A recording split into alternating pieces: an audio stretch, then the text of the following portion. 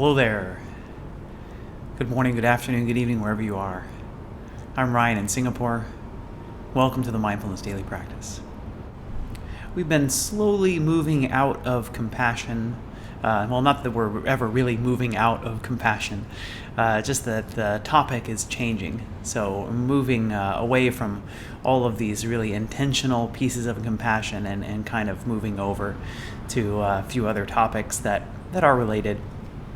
Yesterday we talked a bit about gratitude and how intentionally bringing attention to the things that are going well in life can bring lasting joy and lasting happiness. And so one of the challenges yesterday is to have a gratitude journal and write down every day some things that you're grateful for, some things that went right today.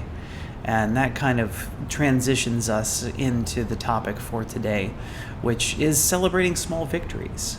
So, besides gratitude, we also can pay attention to other things that have gone right. And maybe gratitude's a part of this. When something goes right, you can be grateful that it has.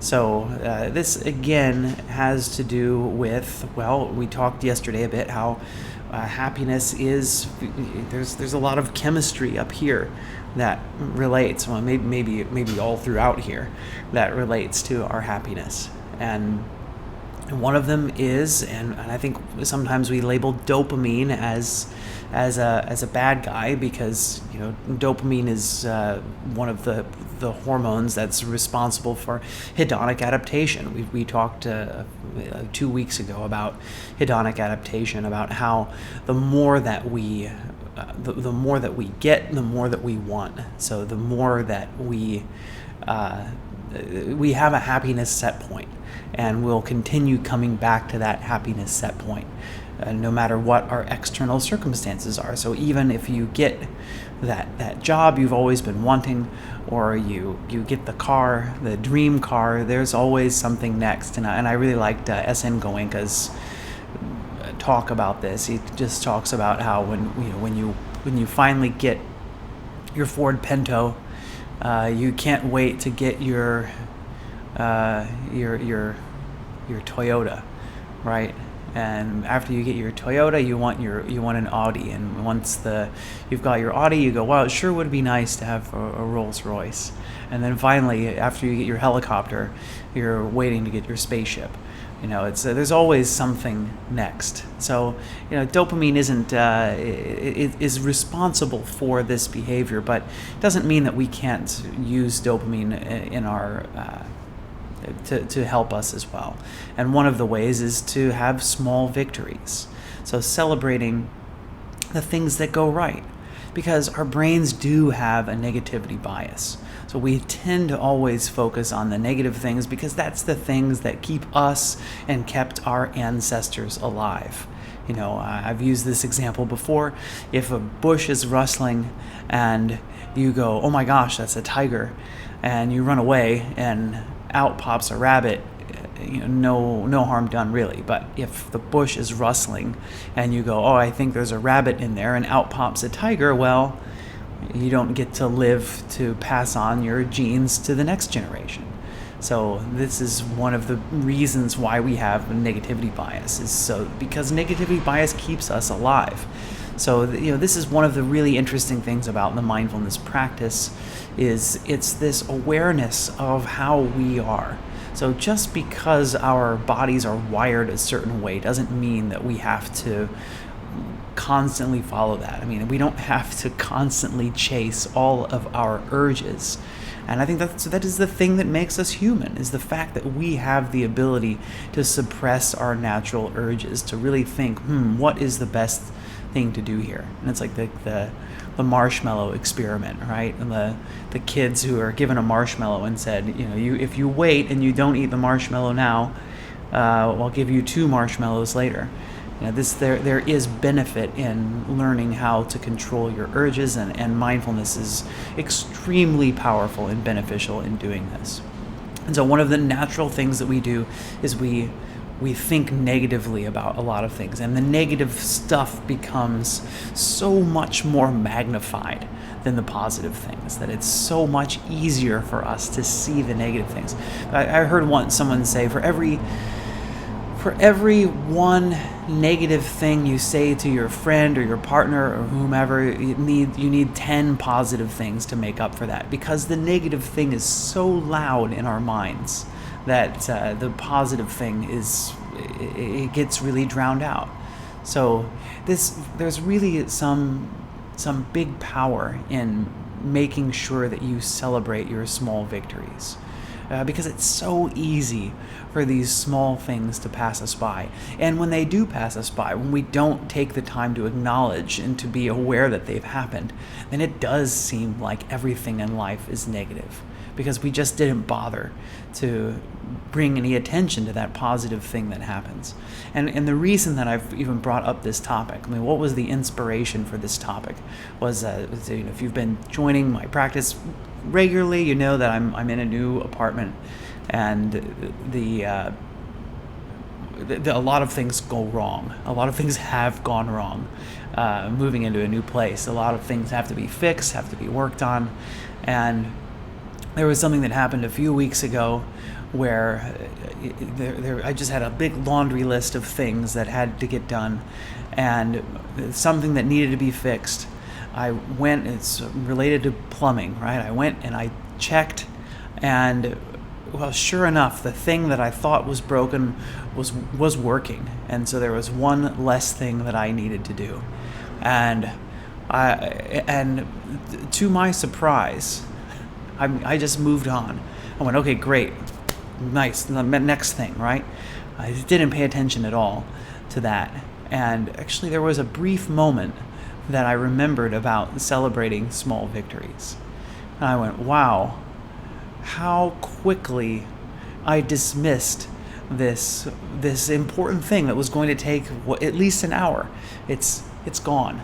My stress is relieved. There's nothing I have to do on this task anymore, and I can move on to the next. But because of just what's natural, how our brains are wired, I didn't even acknowledge it. I just quickly moved on to the next thing and started going at it.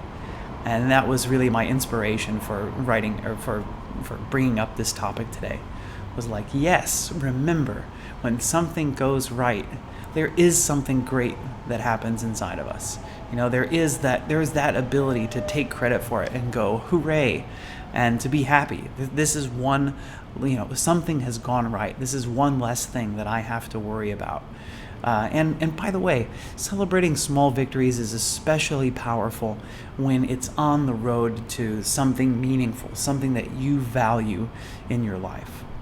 Something, this is one of the issues sometimes, that we view a certain series of tasks as being mundane or as being unimportant. And so if it's possible to structure things in a way that you see the value and you see the importance of the things that you're doing, this will help to bring more happiness.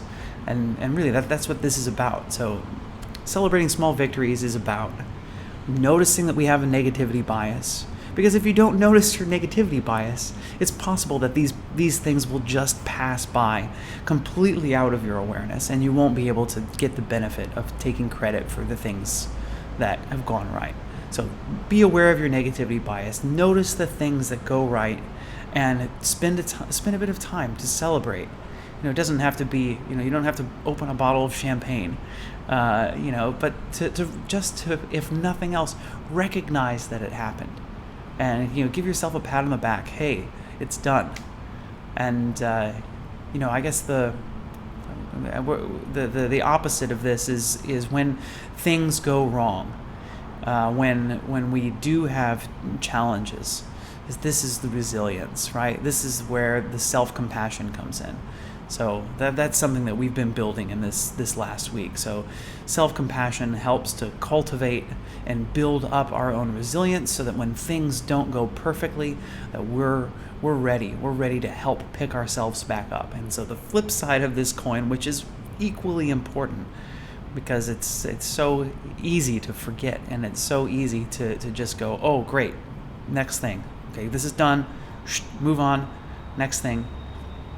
to celebrate those small victories, because these do have a big impact on your mood and relieve stress and relieve anxiety, help us to sleep better.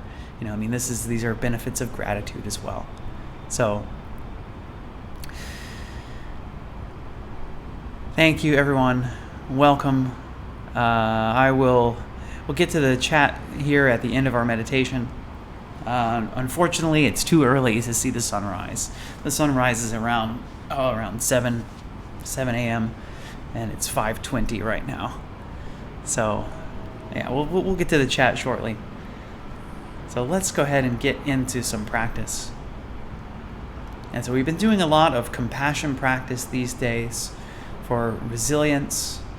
And so really what I'd like us to focus on today is building awareness, building attention, simply by doing a mindfulness practice. So being completely focused, being aware of what's happening right now, noticing when the mind moves to the future or the past, bringing the mind back to right now. So sit comfortably. Sit in any posture that you feel would be supportive to you today.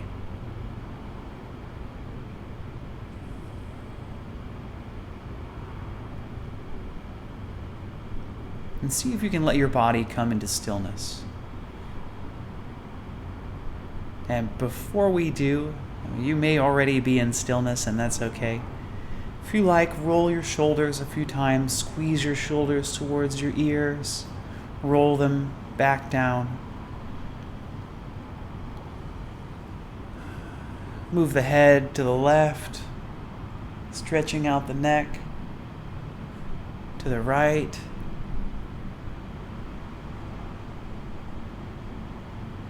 Notice what's happening in the muscles in the back, again to the left, to the right, back to center, chin to chest, or towards the chest, chin to the ceiling. Just noticing the sensations you're getting in the neck, chin back to the chest, to the ceiling. And then head back to neutral.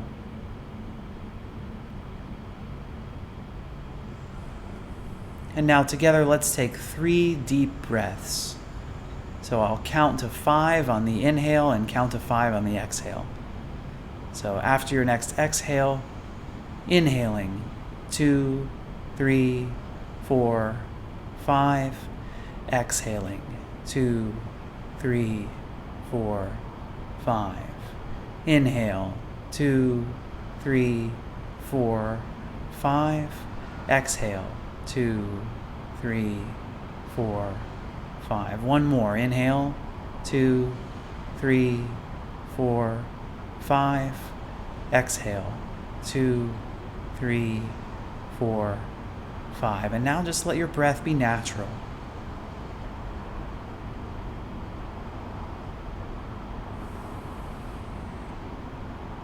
With the intention to have a still body.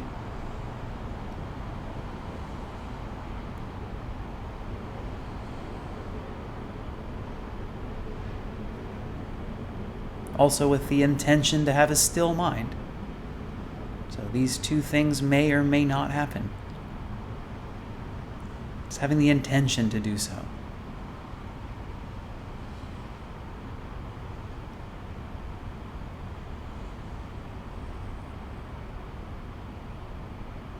And focusing our attention fully on the feeling of breathing.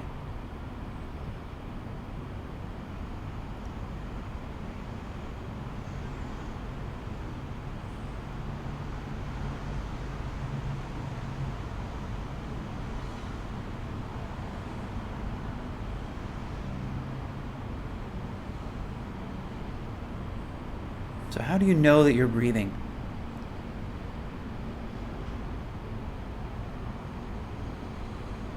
There's not just some awareness of life force going in or life force going out, or there really are some actual physical sensations that accompany breath.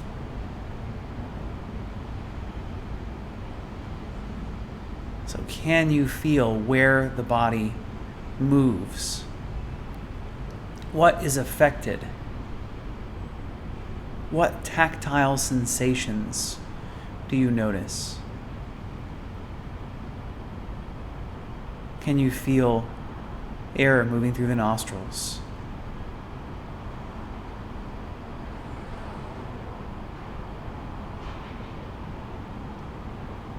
Where in the nostrils do you feel the movement of air?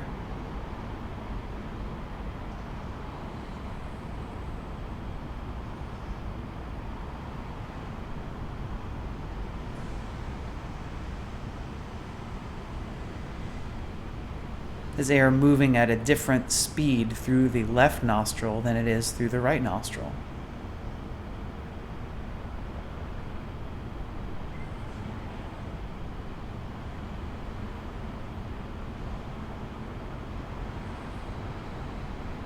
Is that the same for the inhale and the exhale? Let's say the right nostril is breathing faster as you breathe in. Is air also moving faster through the right nostril as you breathe out?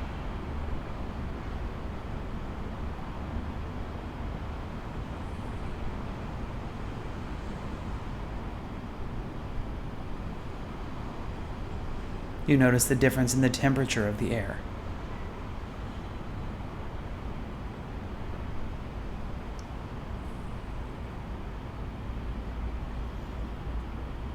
Cooler air coming in as you breathe in. Warmer air as you breathe out.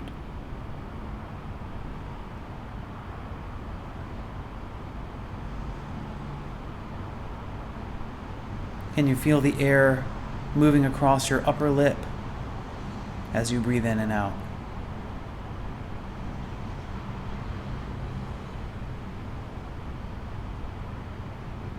Where does awareness of that air moving cease?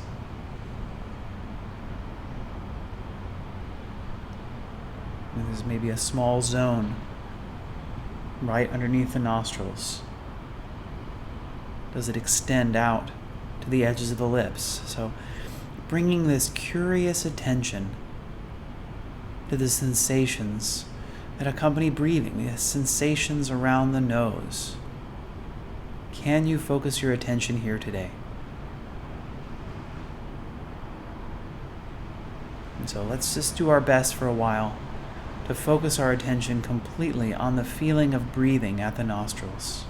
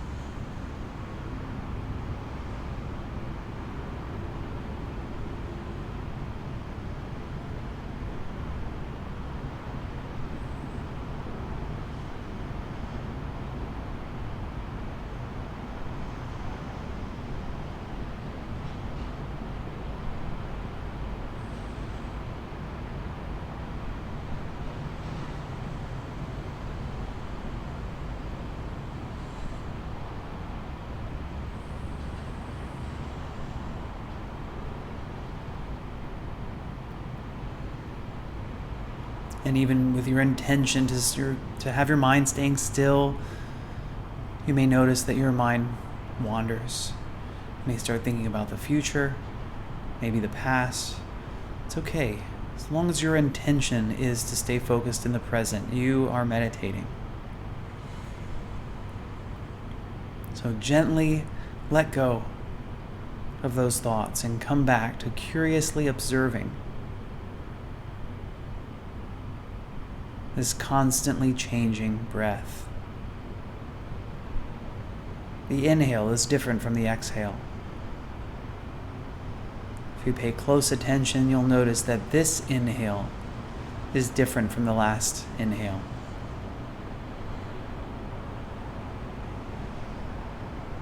So using that curiosity, that attention, what is this breath like? Keeping your attention focused on the present.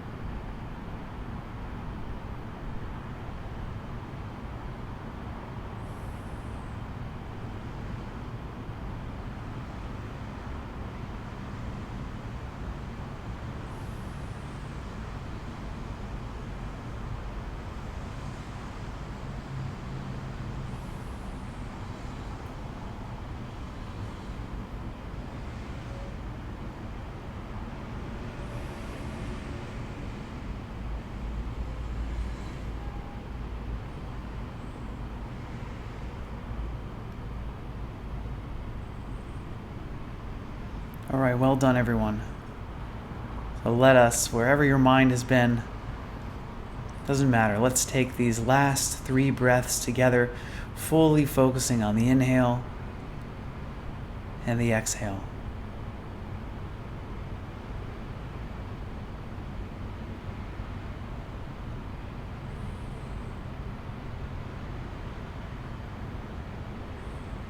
And I'll close practice with 3 rings of the bell.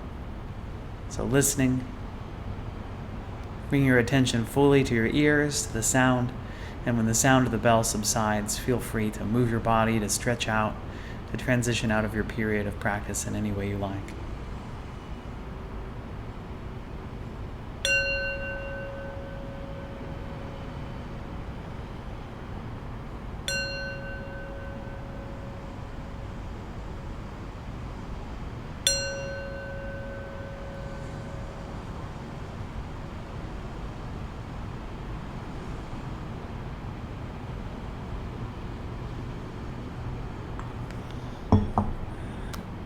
Thanks, everyone. Thanks for being here, joining in this practice today. How'd it go? So we'll take a look at the chat shortly, but I just wanted to say this part of our practice of paying attention, it's really key. I mean, obviously, it's called the Mindfulness Daily Practice for a reason, because we're cultivating mindfulness. Mindfulness cultivates awareness, and so you can start to become aware of the things in your life that tend to pass you by like small victories. So thanks again for joining. Now have a look at the chat now. Rachel says, my mind went everywhere, but it was kind of fun. Even had little naps in between. Demonte says, mind was wandering. And it's okay. I mean, this is really the power of the mindfulness practice. Everyone's minds wander. I found right as the practice was beginning, I was already moving towards my to-do list. And in fact, feeling, and this here's part of the power as well, feeling the stress related to thinking about that to-do list. So this is a perfect opportunity to practice. So when your mind wanders, like mine, into the future, we think about the things we have to do, the stress comes out. Where do we feel the stress? Noticing the body, noticing how stress manifests inside of us. And so using this as an example so that we learn more about ourselves. We learn how the mind works, how the mind moves away from what we're trying to focus on, and then what happens in the body as we feel stress. So there's a lot of power and learning that can be done just through paying attention to the breath. Annette says, mind full of niceness. Anna says, thank you. It's beautiful to see the details of the breath. And Damante says, it's impossible to just sit there. It is very, very challenging to sit and stay focused. And this is okay. If, I would say the goal of the meditation practice is not to have a clear mind. You don't have to have a clear mind to meditate. And I think this is really one of the major barriers to people trying meditation, is that they get frustrated when they see just how much is going through their minds. And so this is not that it's impossible for you to stay focused on your breath, but I'd say for most people, if you don't spend days in silence, you're not talking to anyone, doing nothing but meditating, this is probably not an achievable goal. That your mind is going to continue wandering, and thoughts are going to come up, because we live in a volatile, uncertain, complex, ambiguous world. That it's all of these things are just like little magnets to our minds, and only when we go into a place where all of this stuff is taken care of can we really end up being focused for a while. And again, I don't think this is the goal of the meditation process. The goal of the meditation process is to be aware and to be focused and to be aware and possibly train our focus, train our ability to be more aware of what's going on. Thanks, Demonte. Rachel says, yes, I was also aware of my to-do list. I also did a bit of my day job here and there in my head. Yeah, totally, right? And that's what is so interesting, to see ourselves going into the future and rehearsing what's coming up. Like, this is so natural for the mind to go, this is what I have to do. Let me think about what I'm going to say. Let me think about how to do this, or to go back in the past and relive the past and go, well, here's what happened. Okay, here's what could have made things better. It's like, hey, it's over. It hasn't happened yet. Not to say that rehearsing is completely useless, but to be aware and to set aside that time. If you want to be rehearsing what's going on in your day, make sure that you're doing the thing that you want to do, that you intend to be doing. Again, mind wandering is normal, and it's very interesting. I had a meditation yesterday that I was that I was leading for a few people. And one of the participants just said, I laughed at myself at all of the silly things that my mind went to. I think that's really interesting as well. There's a lot of power in seeing what are those things that distract me. Wow, I can't believe this was my distraction today. There's a lot of really valuable information in there. So don't just let it pass you by. Take a look, see what it is that is important enough to your mind to stop doing what you intend to be doing.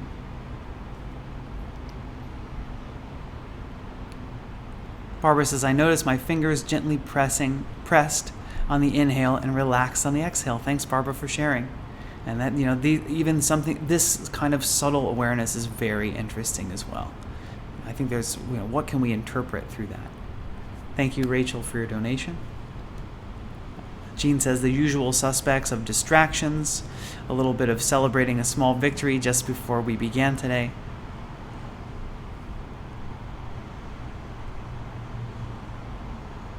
It's bedtime. Yeah.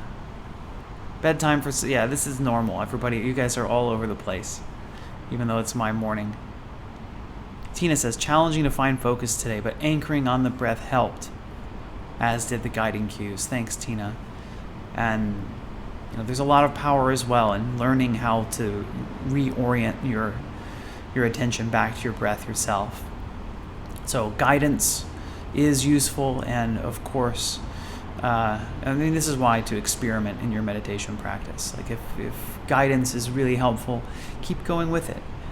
And that's what I say as well, is if during our meditation time together, you want to try no guidance, you can always turn the volume off and know that at the, when the timer in the upper left says 25 minutes, that we'll be ending our meditation shortly. Yes, Rachel says, yes, rehearsing, reliving, all of that. T Lady Nat says, lots of wandering and wondering if this ADF was a good idea. What's ADF? There's a bit of awareness there, says Jean. John says, it's harder to meditate when I'm not feeling physically well. I agree with you 100%, John. It's the most difficult time for me to meditate. Yes. Great to have you back, Cece. You're Frank's there welcoming you back too. Alternate day fasting. Okay. Here, come say hi, Frank. Oh, no, he's backing up. He's like, nope, no thanks, not today. Here, just have a little one. Ooh, there's Frank. All right.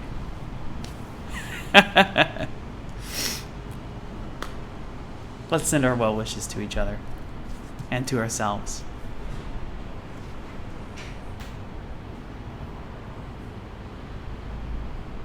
May I be happy and peaceful.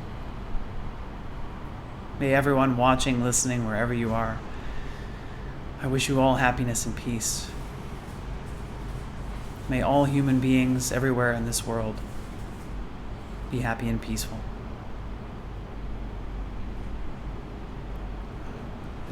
All right, thanks everyone. See you tomorrow for the longer 1-hour practice as we do the gracious body scan. Until then, bye-bye.